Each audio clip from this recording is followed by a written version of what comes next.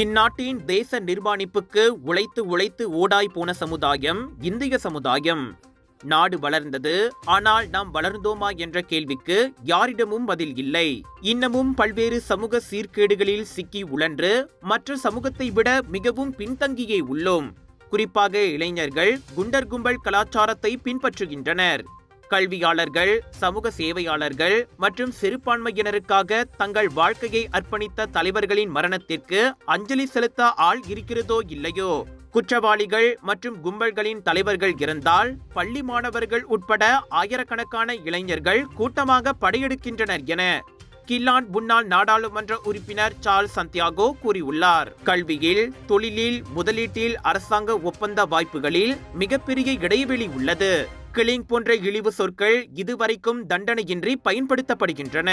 ஊடகங்கள், அரசியல்வாதிகள் மற்றும் பொதுமக்கள் கூட இந்தியர்களை குடிகாரர்கள், கும்பல் தலைவர்கள் என அழைக்கும் பாணி பல தலைமுறைகளின் மரியாதையையும் மன உறுதியையும் நசுக்கியது.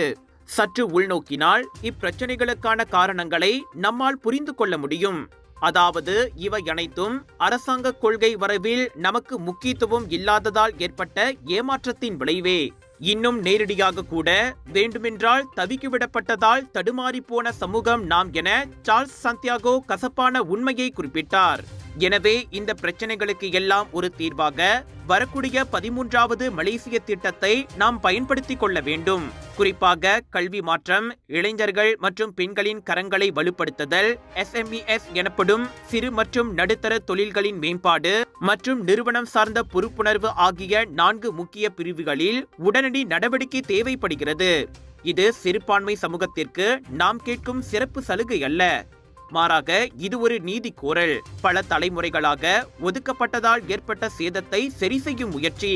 இப்போதும் நடவடிக்கை எடுக்காமல் விட்டுவிட்டால் இன்னொரு தலைமுறையின் எதிர்காலமும் கேள்விக்குறியாகிவிடும். நாம் யாரிடமும் கெஞ்சவில்லை, அரசியல் தைரியத்திற்கு அழைப்பு விடுக்கிறோம். இந்திய மலேசியர்களின் உரிமை, சமத்துவம் மற்றும் நாட்டு வளர்ச்சியில் பங்கு பெறும் வாய்ப்பை அவர்களுக்கு வழங்கும் நேரம் இது என சார்ல்ஸ் சந்தியாகோ கூறினார்.